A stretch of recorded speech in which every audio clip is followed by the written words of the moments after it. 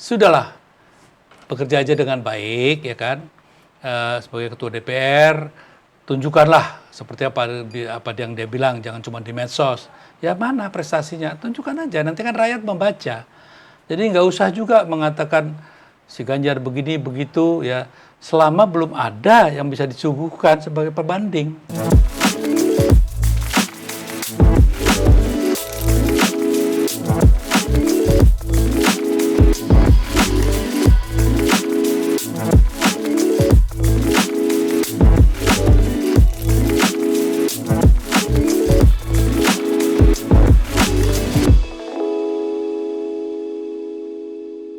Sobat Merdeka, kita bertemu di ODK Channel.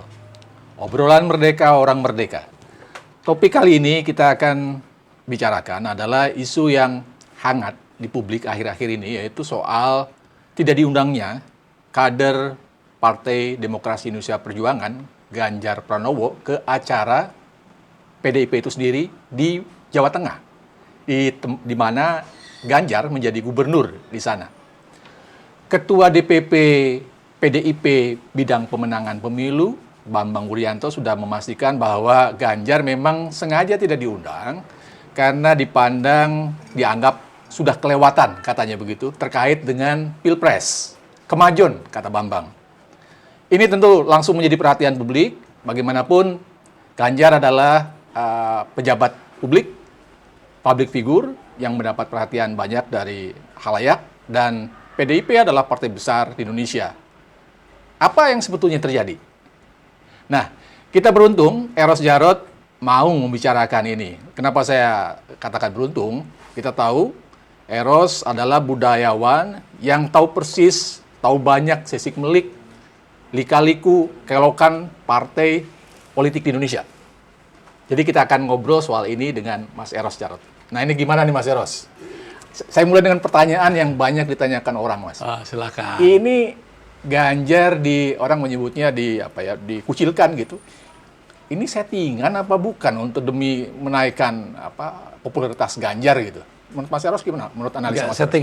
Settingan gimana nih? Jadi seolah-olah Ganjar terzolimi, lalu orang akan memberikan empati sehingga mungkin dia akan menjadi lebih berpeluang. Jadi settingannya siapa nih kalau gitu? Orang akan menganggapnya settingan partai. Partai? Ya. Pertama ya, kalau memang itu settingan partai, buat saya siapapun yang melakukan settingan ini, kalau nilai rapot itu 3, 4 aja nggak nyampe. Jadi sangat-sangat tidak masuk akal dan untuk tidak mengatakan sangat bodoh ya. Kenapa? Kalau settingannya begitu ya enggak mungkin lah. Saya kebetulan tahulah Mbak Mega seperti apa gitu ya. Jadi mainan gini ini bukan mainan Mbak Mega, udah pasti. Saya udah pastikan itu. Kalau ini bukan settingan, kira-kira ini gelagat apa? Ada rivalitas di partai? Ya, itulah. Makanya memang sebetulnya kalau menurut saya ya toh, hal-hal yang muncul ke permukaan kemarin ini ya, tentang Ganjar gak diundang apa segala, itu salah satu bentuk dari adanya rivalitas yang tidak sehat di dalam partai. Kenapa? Karena saya juga kaget mengatasnamakan partai ya, seolah-olah ini kepentingan partai di 2024. Oke. Kalau kepentingan partai kan sebetulnya setiap kader diberi kesempatan, ayo berlomba-lomba, bersainglah dengan sehat, toh nanti keputusan partai pun yang akan menentukan, dalam ini Mbak Mega. Tapi setahu saya Mbak Mega nggak suka merekayasa hal-hal yang sifatnya vulgar seperti ini, ya, dengan mengatakan bahwa Ganjar begini, Ganjar begitu, atau sebaliknya, ya, Puan begini, Puan begitu. Saya tidak melihat itu satu adanya instruksi dari DPP pusat, setahu saya. Karena Mbak Mega itu bukan tipologi orang yang suka pada hal-hal yang nggak jelas seperti ini gitu lah, atau lagi menjelek-jelekan orang. Itu bukan karakternya Mbak Mega gitu.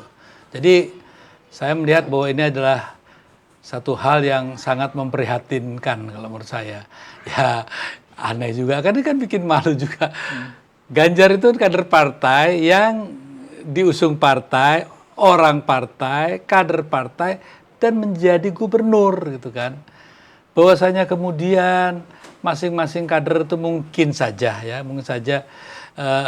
ingin nantinya juga bisa keluar dari PDIP, mendapatkan tiket sebagai orang yang dipercaya untuk maju ke pilpres nanti, wajar-wajar aja saya ya. Begitu juga dengan Puan ya, kalau Puan mau maju silakan saja, kan tidak apa-apa, dia juga kader kok gitu ya. Nah, tapi memang banyak hal yang dipertanyakan masyarakat itu kan, apa iya sih gitu kan, hanya kelompok dan turunan tertentu yang bisa maju nanti mewakili PDIP. Kalau menurut saya kan sudah ada presidennya, Mbak Mega, ya. Mbak Mega pada saat elektabilitas Jokowi begitu malah meroket itu ya, dia sadar diri kok, dia serahkan kepada Jokowi. Saya rasa nanti juga pada akhirnya akan seperti itu. Mas Eros yakin kalau kita bisa bilang pengucilan ini diketahui Megawati nggak, Mas? Ya, saya juga aneh juga karena kan di hari yang sama ya. Betul. Ya, kamu tadi waktu sebelum syuting bilang, Mas, kok di hari yang sama kok ada dia sama Ibu Mega. Betul, ya begitulah Ibu Mega sebelah. Jadi kalau dibilang dikucilkan kan Mbak Mega tuh nggak mungkin mau. Saya kenal betul kalau dia nggak suka, ya sudah, ngomong pun pasti nggak mau, terima nggak mau, apalagi di vlog itu ya, nggak mungkin mau.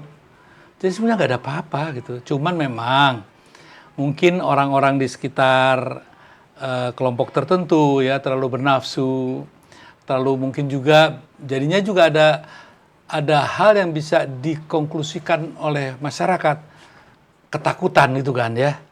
Jadi karena popularitas Ganjar yang sudah meroket begitu, nah kemudian ada yang merasa terancam, sehingga ini kan bukan masalah partai, ini masalah per individu dalam partai ya, kalau saya lihat. Jadi ya mudah-mudahan kita semua juga masih pakai akal sehat lah. Hal seperti ini hal biasa ya. Ada seorang bapak dan ibu atau keluarga punya anak banyak, pada rebutan itu ya, biasalah ini. Jadi nggak ada urusannya sama ibu bapaknya ini. Tapi itu berarti publik itu kan mengira, publik punya persepsi bahwa ini kayaknya gesekan antara kelompok trah di PDIP dengan kelompok non trah gitu, Mas. Itu ini juga masalah trah dan non trah ini juga nggak ngerti saya. Kalau saya yang mengikuti ajaran Bung Karno gitu ya, nggak ada tuh Bung Karno mau membangun satu kekuatan dengan fondasinya adalah sistem monark, nggak ada itu. Republik Indonesia itu jelas bukan monark kan, sistem kan. Jadi pengertian trah di sini pun harus diartikan bukan secara biologis.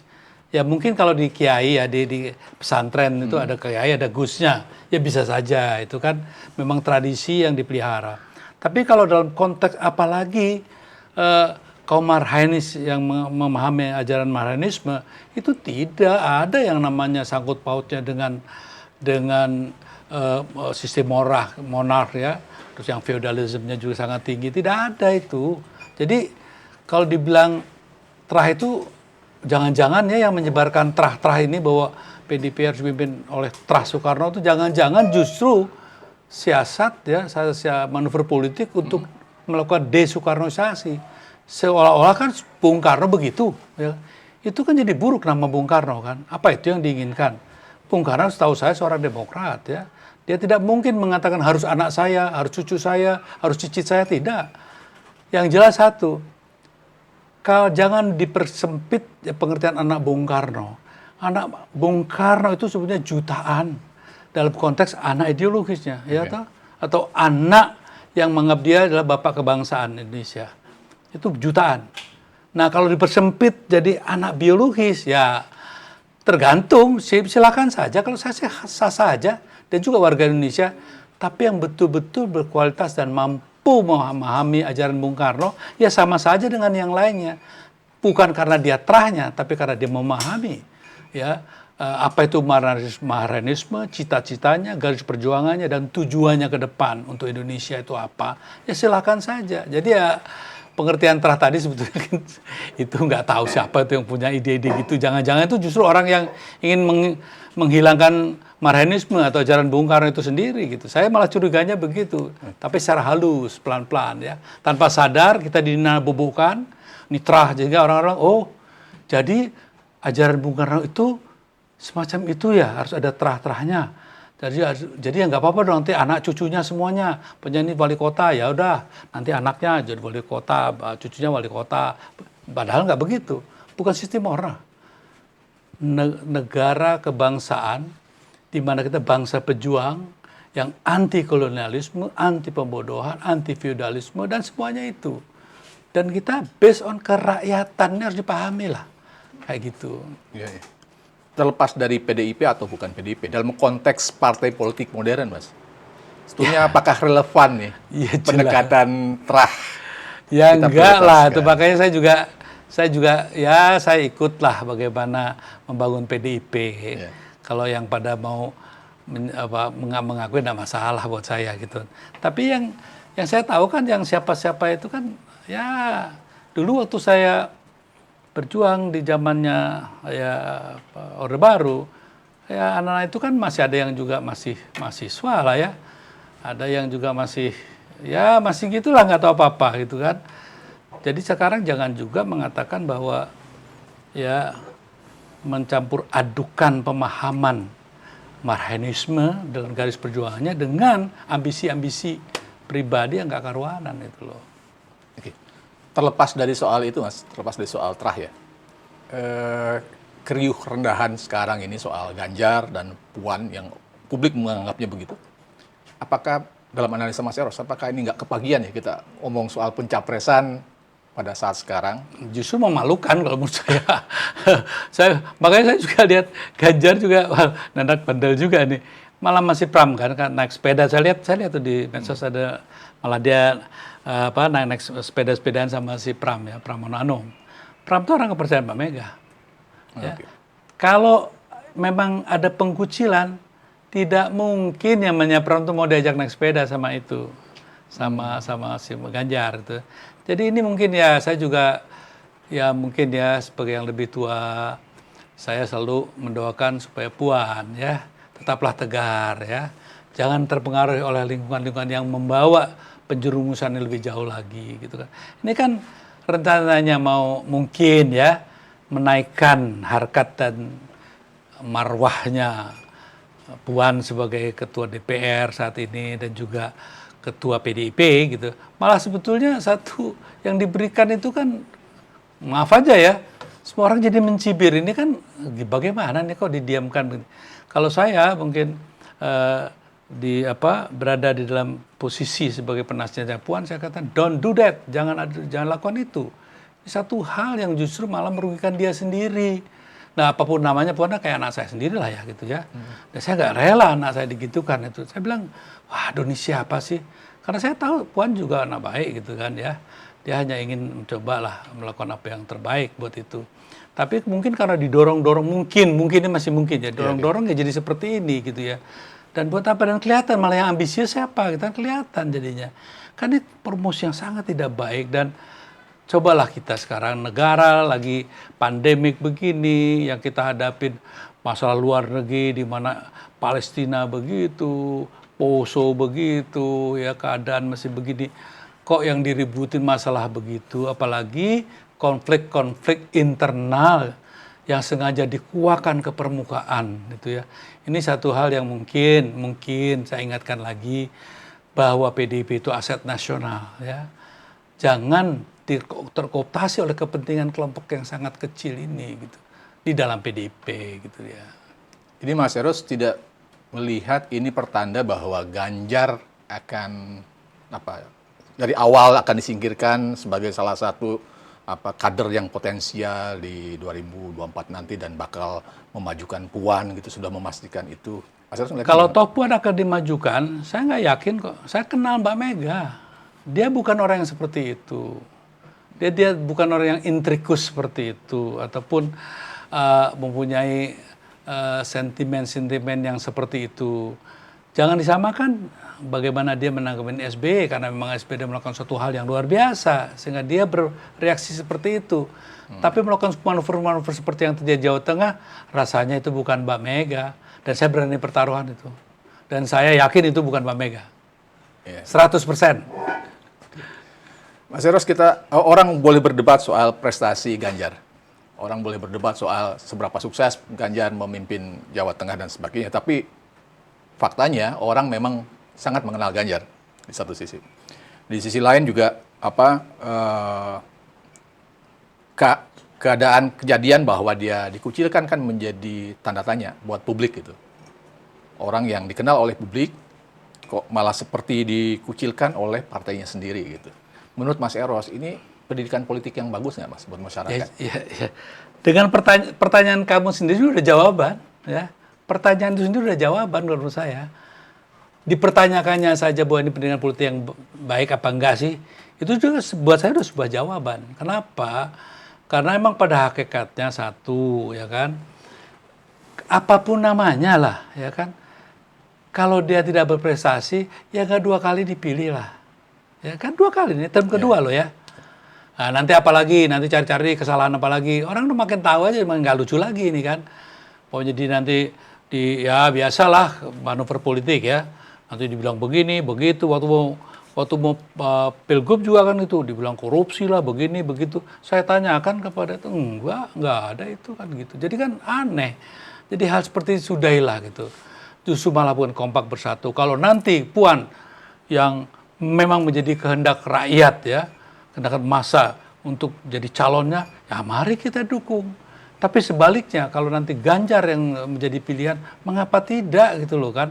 Toh juga tetap PDIP, kecuali begitu dia jadi seseorang nanti ataupun membawa tiket dia terus pindah jadi Demokrat atau jadi PKS, itu lain soal ya.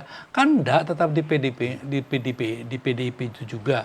Nah, belajarlah berjiwa besar lah ya, nggak usah ketakutan lah. Pokoknya Puan juga mengatasnamakan bahwa ini kepentingan PDIP, ya itu mungkin saya nggak tahu lah apakah itu absolut PDIP atau memang ini PDIP tanda kutip gitu. Ya ini ya mungkin Puan sendiri gitu. Saya nggak tahu apakah Nanan pendapatnya sama ya kan, di dalam situ ada 2, ada Puan dan Nanan ya, saya nggak tahu. Itu pun aja masih harus pertanyakan gitu loh. Jadi sudahlah, bekerja aja dengan baik ya kan, sebagai ketua DPR tunjukkanlah seperti apa yang dia bilang, jangan cuma di medsos. Ya mana prestasinya, tunjukkan aja, nanti kan rakyat membaca. Jadi nggak usah juga mengatakan si Ganjar begini begitu ya, selama belum ada yang bisa disuguhkan sebagai pembanding. Bikin aja pembanding banyak-banyak, hilang dengan sendirinya kok Ganjar. Karena akarnya kan lebih kuat si Puan toh. Nah, tinggal tambah prestasi aja. Jadi kenapa mesti dengan hal-hal yang sebetulnya merendahkan ya angka dia sendiri. Kalau saya sebagai tanda kutip ya om lah kalau dia manggil saya kan, jangan gitulah. Puan itu bisa kok. Dia kan anaknya Mas Taufik tuh ngajarin dia bener kok gitu ya. Jadi nggak usah dengan cara-cara yang mungkin malah membuat dia malah dia ingin mengucilkan malah terkucilkan nantinya, jangan-jangan.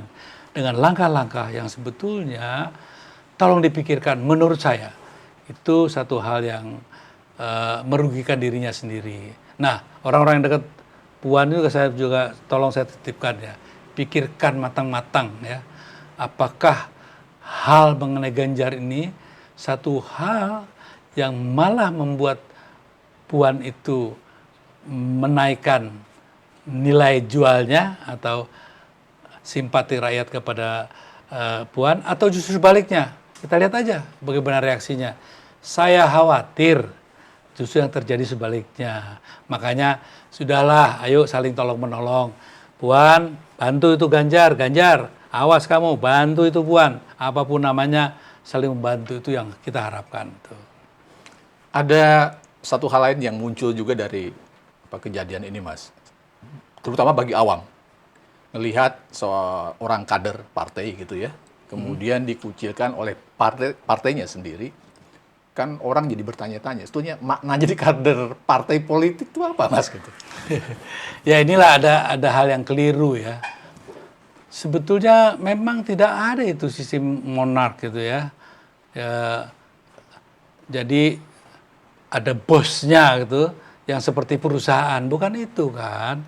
Bung Karno nggak pernah ngajarin seperti itu kok. Saya jamin lah, saya orang yang cukup setia mengikuti ajaran Bung Karno. Nggak ada itu ajaran yang ya tadi seperti itu ya, harus terah-terah itu ya. Nah, saya bisa mengerti nanti para kader ya buat apa aku jadi kader. Kalau tuh akhirnya kenapa saya bukan darah biru, ya kalau bukan darah biru tuh darah terah ya udah kita ya sudahlah kita kerja apa aja lah gitu. Toh juga nanti terah yang menentukan kayak gitu. Jadi nanti tidak ada kader-kader yang militan gitu. Kader-kader yang betul-betul berjuang untuk satu hal perbaikan ke depan menurut versi di pemahaman dia tentang ajaran Bung Karno. Jadi ya yang lahir nanti apa? Para penjilat pasti. Para penjilat yang mengerumuni gula gitu ya. Karena gulanya itulah di tempat di mana terah itu berada gitu kan. Nah, ini kan bahaya. Mau masa depan seperti apa yang diharapkan PDIP. Tapi kalau memang mau jadi begitu ya nggak salah juga, itu pilihan. Ya, tapi ya pasti akan ditinggalkan oleh rakyat. Saya jamin itu. Tapi ya sekali lagi PDIP itu besar karena ada di dalamnya, di jiwa rohnya itu nama Bung Karno. Dalam perkembangan ke depan, masyarakat kan tambah pintar. Bukan hanya simbol-simbolnya saja yang nanti dipertanyakan, tapi akan mempertanyakan gimana ajarannya, gimana cita-citanya. Itu kan pertumbuhan berdasarkan pertumbuhan zaman. Dan itu tak terhindarkan, di mana orang kan tambah lama tambah pintar. Dulu waktu saya SD goblok banget kan. Sekarang anak SD lihat. Apa aja ditanya tahu semua. Karena apa? Karena teknologi juga membimbing dia untuk menjadi ingin lebih tahu banyak. Nanti juga generasi mendatang sama akan begitu. Emang Bung Karno begitu ya? Cuman pakai sampai di terah gitu aja. Emang cita-citanya begitu? Kan nanti berkembang. Nah, kalau udah berkembang begitu ya pasti ya kalau begitu ya ambil deh buat sana. Aku cari yang lain, kan begitu. Dan nggak bisa dipaksakan. Dan ini kan masih ada romantisme orang-orang yang nomor 50 ke atas. Nah, nanti kalau umur yang 25 ke atasnya udah nggak ada hubungan emosional, pasti akan memutuskan yang lain itu. Ya, itu juga memunculkan pertanyaan lagi tuh Mas. Kalau saya sekarang tidak terafiliasi ke partai politik manapun dan nggak pernah berpolitik, tapi kalau misalnya saya menjadi politisi ini, nasihat Mas Eros ke saya, siapakah yang harus saya dengarkan? Partai saya, konstituen saya, atau hati nurani saya, Mas? Pertama, kamu masuk partai untuk apa? Nah, di partai itu kan ada ADRT-nya, ada misinya, ada cita-citanya, ada garis perjuangannya kan. Kalau di PDIP jelas kok, ya kan, bahwa hampir sepenuhnya itu ajaran Bung Karno itu menjadi garis besar haluan perjuangan, ya. Nah, siapapun pemimpin yang mengajak ke arah sana, ya wajiblah kamu dengarkan. Karena kalau kamu mendengarkan seorang pemimpin yang sebetulnya tidak mengajak ke arah sebagaimana yang dicita-citakan, baru kau gunakan hati nuranimu. Ya kan? Gak benar nih. So, leave it or take it, kan gitu. Ya. Jadi, itu yang pertama kali yang harus dipegang. Selama ada tujuan partai ini diselewengkan, bagaimana kata nuranimu? Bilang, ya ini harus saya tegur. Nah, itu baru seorang kader yang paham. Nah, kalau sekarang tuh banyak kader karena takut nanti kalau negur nggak dapat jabatan. Kalau negur nanti disingkirkan. Nah, itu sih, ya itu kader ecek-ecek ya banyak lah, nggak apa-apa. Itu biasa itu. Oke, Sobat Merdeka, ini obrolan di edisi pertama ODK ini saya kira akan berkembang di edisi-edisi lain. Nantikan perbincangan kami di ODK, di perbincangan dengan tokoh-tokoh lainnya juga. Tetap berpikir merdeka. Oke.